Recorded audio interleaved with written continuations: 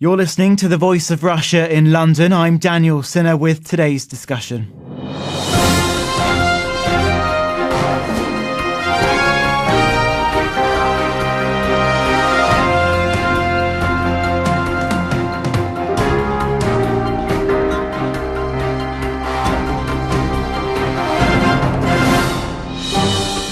This week, one of Britain's most senior Roman Catholic clerics likened gay marriage to slavery.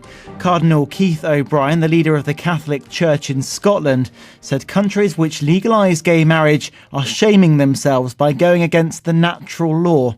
He also launched an attack on David Cameron's pledge to legalise homosexual marriage, branding it madness and grotesque. His comments come as the Prime Minister says he will outline formal plans to legalise same-sex marriage later this month. Joining me in the studio to talk about this issue is Greg Daly, a journalist for Catholic Voices, a group which seeks to ensure that Catholics in the Church are well represented in the media. Julie Bindel, a gay activist and journalist who frequently writes for The Guardian newspaper on issues concerning sexuality. Mark Delacour, Director of Operations at the LGBT Consortium, which represents and supports the lesbian, gay, bisexual and transgendered community. And we're also joined by Peter Tatchell, probably Britain's best-known gay rights campaigner. Peter, let me come to you first. Is Cardinal Keith O'Brien right? I think he's out of touch, not only with mainstream public opinion, but even Catholic opinion. The evidence is that most Catholics support gay equality, and a very substantial minority support gay marriage. Moreover, across the public as a whole, according to a Times survey, 61% of the British people believe that lesbian and gay couples should be able to have a civil marriage in a register office on exactly the same basis as their heterosexual friends and families. Greg Daly, what are your thoughts? I think the Cardinal made some important points in his article the other day and on the radio. However, I think he expressed them in a way that was frankly unfortunate. I certainly wouldn't have used that kind of language. That said, I think there's kind of a false narrative, a false conflict that's developing here. This isn't an equality issue. It's not a gay issue. It's not a gay rights issue. Gay people already have the same civil rights as straight people. The civil partnership scheme gives them exactly the same rights. There's no meaningful difference between the two. This debate, rather, is far more about what marriage actually is. And we have to get down to discussing that. Marriage is, and has always been seen as, a relationship between a man and a woman for the purpose of bearing and rearing children. That's its basic form. It's a biological reality which we reflect in an institution. This is how we as a species continue to propagate and to carry on. If we try and change that, what we're doing is we're abandoning our societal ideal of what we think the best possible family structure is, the best possible environment in which children can be raised. It's not saying that's the only one, but it is saying it's the best one, the one we should hope for in the best world we can make. Julie Bindel, Greg says we're abandoning our social ideals. What would your response be? I think Cardinal O'Brien is a grotesque homophobe. I don't think it's just a matter of how he expressed himself. I think he reflects what many people who have religious convictions think. I think that what Peter outlined was extremely useful about O'Brien being out of touch with most Christian thought. But actually, if you look at the figures, it's quite telling that only just over 50% of Catholics who were polled, and it was quite a broad range apparently, support gay equality per se. So I wouldn't actually put the good news spin on it that Peter is, although I can see strategically why he's doing that. If it is the point that you make that a Catholic ideal, a Christian religious ideal, is that a man and a woman should marry and bear children, presumably you also cast asunder those couples who either can't have children or who don't want to have children. Equally, I would say to you that many of my lesbian and gay friends have given birth to children, have adopted children, are raising children very responsibly, and on behalf of the wider community. But, the point for me is this. We have really, really important battles to fight. And yes, I take the point that civil partnership is already there and already accessible to lesbians and gay men. I would go one step further and say that the institution of marriage is problematic for women per se. As a feminist, I have a deep critical analysis of it. I think that marriage should be abolished for everyone, and everyone should be given the right to civil partnership. And if they wish to go to their mosque, synagogue, church to have a blessing or a sanction, great, do so. But let's see an end to this patriarchal, outmoded institution, and I'm even more convinced of that hearing your description of its relevance in today's society. Finally, we'll come to Mark. Mark, what was your reaction to the Cardinal's comments? Well, I think it's obviously very troubling for a lot of people who are going to be hearing that and then thinking, well, how does that apply to me? What does it mean for my life? What if I want to raise children? As you're saying, that's a fundamental part of marriage, according to your beliefs. But it's very interesting if we look at this term marriage, because this seems to be the issue. So we've managed civil partnership. We're probably, roughly speaking, okay with that. We've just gone through the process of actually putting regulations in place for civil partnerships to happen on religious premises. So for some people, that's going to be very, very promising for them. And hopefully we'll see various religious venues and institutions registering with their local authorities to make that possible for those couples. But I think the issue is this notion that somehow the word marriage is owned by somebody. So is it owned by the church? Is it owned by the government? And I think it was Lynn Featherstone actually mentioned this. I forget now where I read it, but she was talking about the notion of this ownership of this word marriage. And actually, it doesn't belong to an institution. It belongs to the people. It belongs to the people of this country. And the way in which that word is defined, if we're going to be talking about language, which seems to be the sticking point, is how different groups of people choose to define that word, what it means, the relationships around that. And it's interesting that you mentioned that it's about bringing up children, and then of course we wouldn't cast aside those people of a religious faith if they couldn't have children. Obviously we wouldn't, and we haven't seen that happen. So obviously there's some issues with the definition there, and I think it's more about people coming together, taking a commitment to each other and the responsibilities that come with that, as well as a lot of the day-to-day aspects of finance, pensions, tax, all of that kind of stuff as well. Obviously, we need to make sure that's comparable, because it would be very unfair if certain relationships paid more tax than others. That wouldn't be fair at all. So I think what we need to actually agree to disagree is certain collections of people. So certain communities may have a different definition of marriage. So within the Catholic Church and those that are following that faith, their definition is very particular to the way in which they may wish to live their life. You may also have people within that institution who are lesbian, gay, bisexual or trans. And actually what they need is to be able to fulfil what they want for their faith, but also how they want to bring up their family. So I think it's important that we allow people to own that in a way that is constructive. And I think David Cameron's right in terms of the institution of marriage, although it has, as one of my colleagues here did raise, some issues, especially for women. But it is also about strengthening society in the way in which we function as a society, and I think that's really important, very important. Peter, I understand that we've got a short time with you today, so before you leave us, I just wanted to get your reaction. Do you think it's time to redefine the institution of marriage?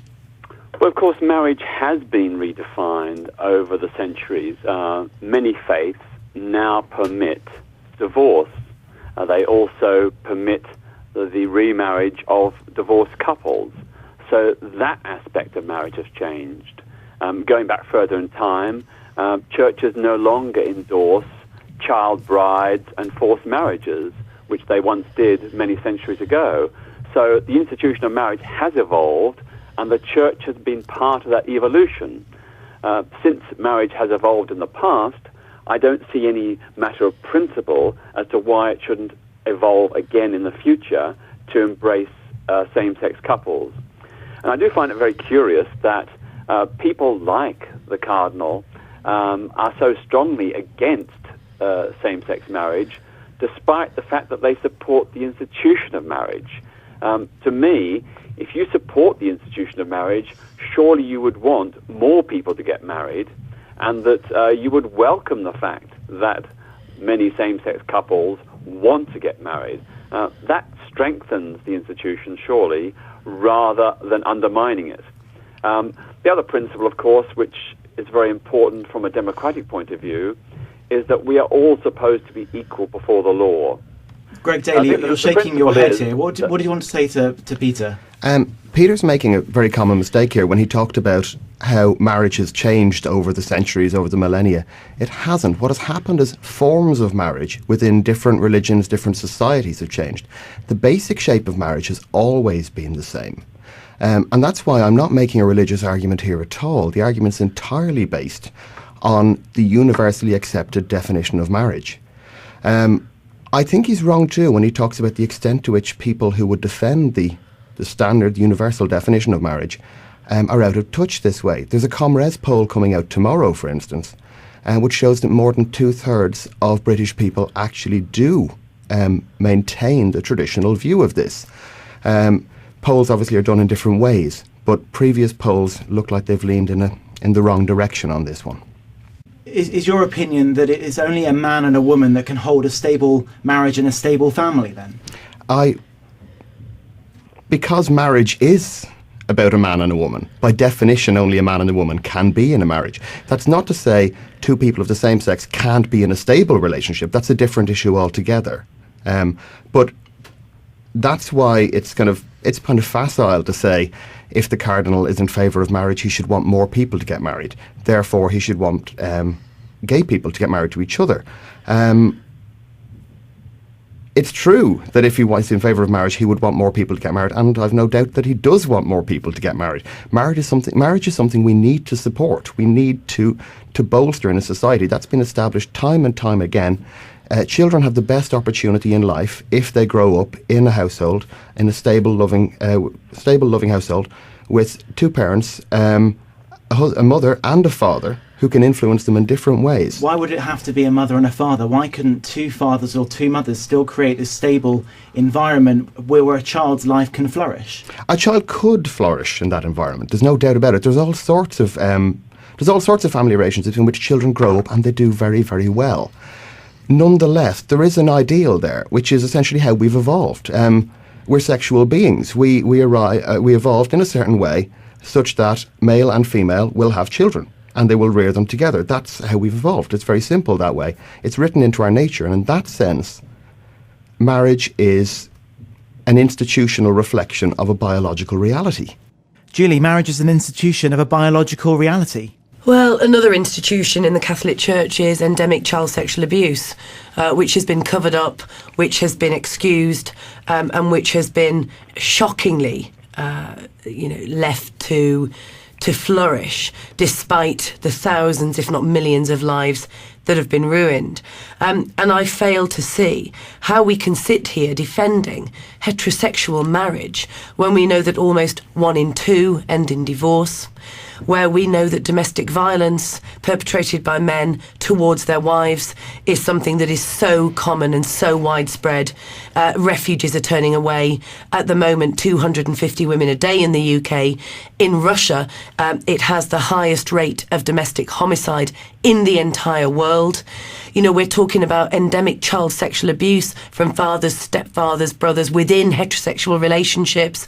Children who end up damaged in care, dead, mentally ill and unstable. It's just absolutely unbelievable that we sit here listening to a defence of an institution that has done women no end of harm and that has been a failed social experiment. And then we look at lesbians and gay men who are striving to live happy, decent, fulfilled lives, whether they're in a partnership or not. And I do have one thing to say about lesbian and gay rights, which have only come about to the extent that we have them, because we, as campaigners, feminists, lesbians and gay men, have pushed for, is that I believe that everybody has a right to live a fulfilled and happy life and be protected by the law, whether they're in a couple or not. And I'm a bit sick of this kind of very traditional, we want to be like the heterosexuals. We're very complacent now. We've got our house and our picket fence and our dog and our cats and our mortgages. Give us the rights to be just like the heterosexuals.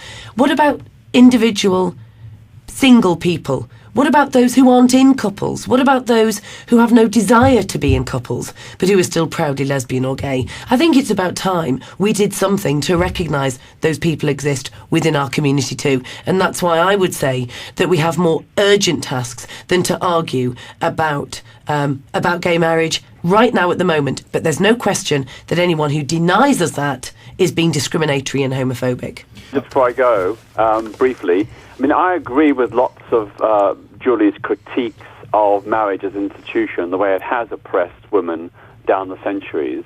You know, it is a patriarchal institution. That's why quite a lot of opposite-sex couples would prefer a civil partnership.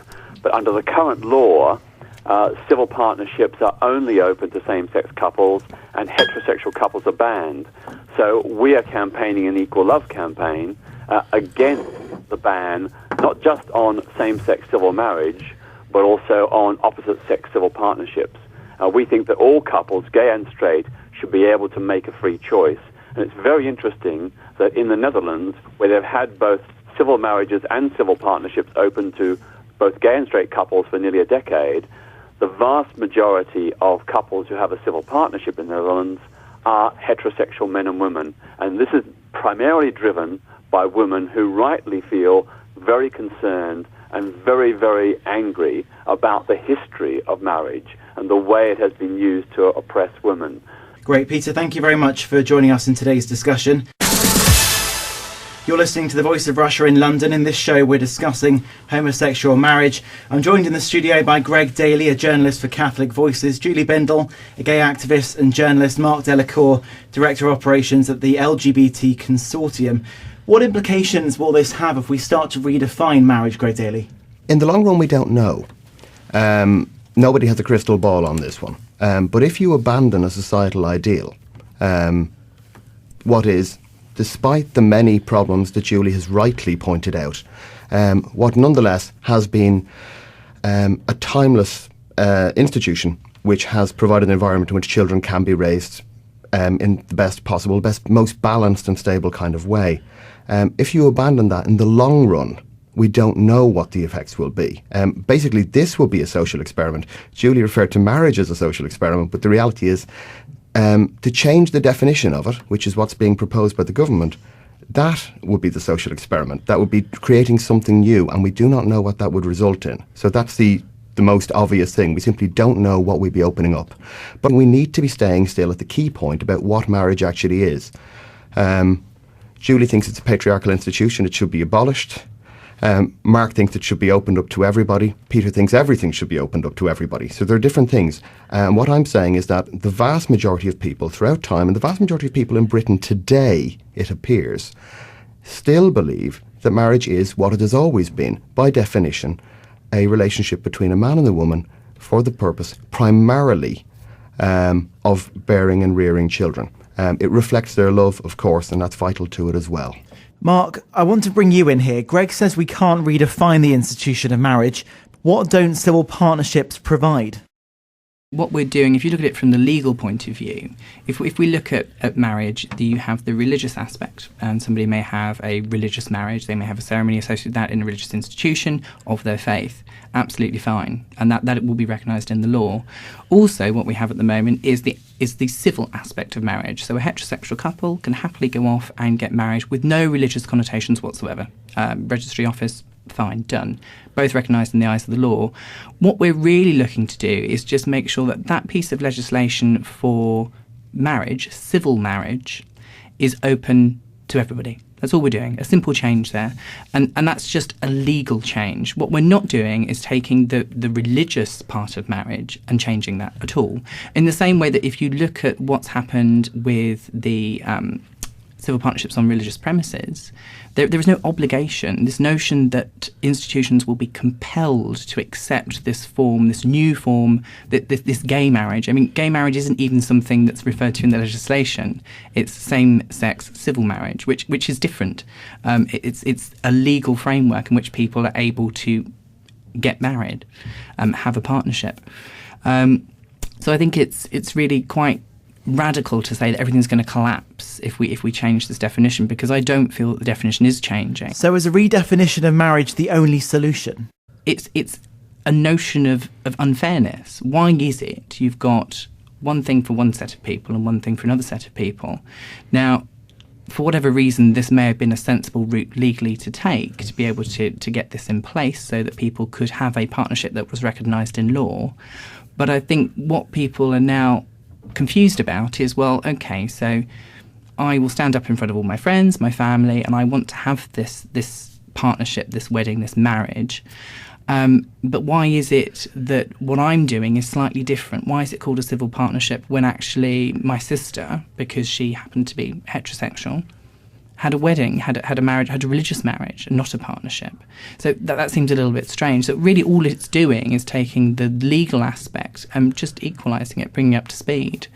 And I don't think what we're going to see is religious interpretation or understanding or definition of marriage being eroded, because people within those groups are still free to have that religious expression and partake in a marriage of that sort.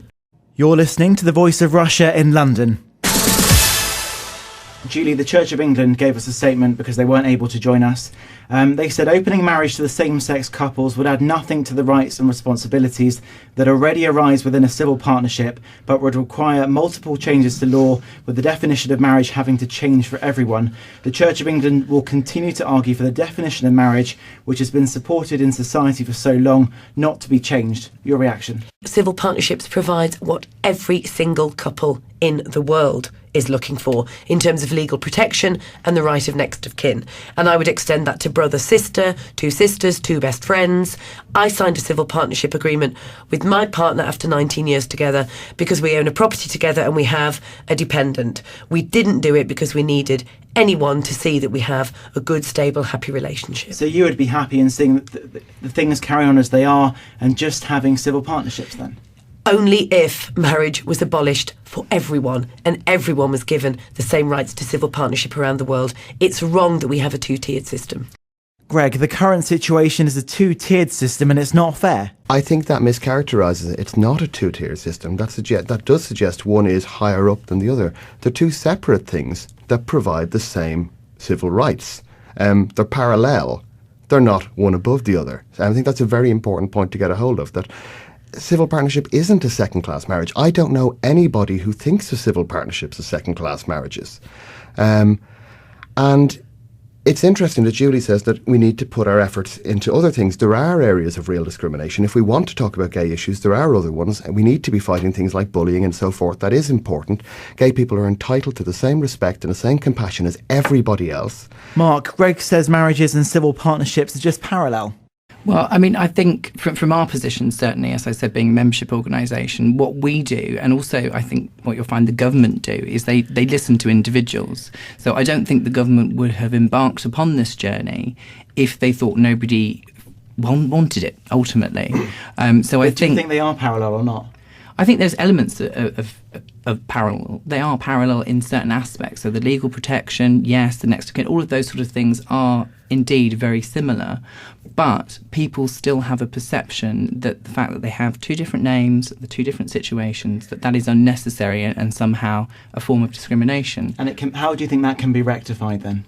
Well, I think what we're looking to do is looking at same-sex civil marriage, and that is the solution, I think, at least part of the way to a solution. And that's why what we'll be doing when this consultation opens later this month is working with our member organisations and their members to actually see what it is the LGBT communities want from this and how they see this coming together and how this may work for them. From what you've heard so far, what is it that they are looking for that civil partnerships don't provide at the moment? What rights are they looking for in this redefinition of marriage? I think they're just looking for it to be the same. I think that's the key issue, is to feel as though it's not an option, it's not an add-on. But also there is a very key issue, which I mentioned before, around those in the trans community. So if somebody were to transition, there are some issues, legally speaking, where if your marriage is annulled because you've changed gender, therefore no longer a man and a woman in a relationship, in a marriage, then you will have issues with things like pensions and things like that. So there will be issues there that actually this consultation and hopefully the resultant legislation will actually address. Well, unfortunately, we're out of time here. You've been listening to The Voice of Russia in London. My thanks to my guests, Greg Daly, a journalist for Catholic Voices, Julie Bindel, a gay activist and journalist, Mark Delacourt, Director of Operations at the LGBT Consortium, and gay rights campaigner Peter Tatchell.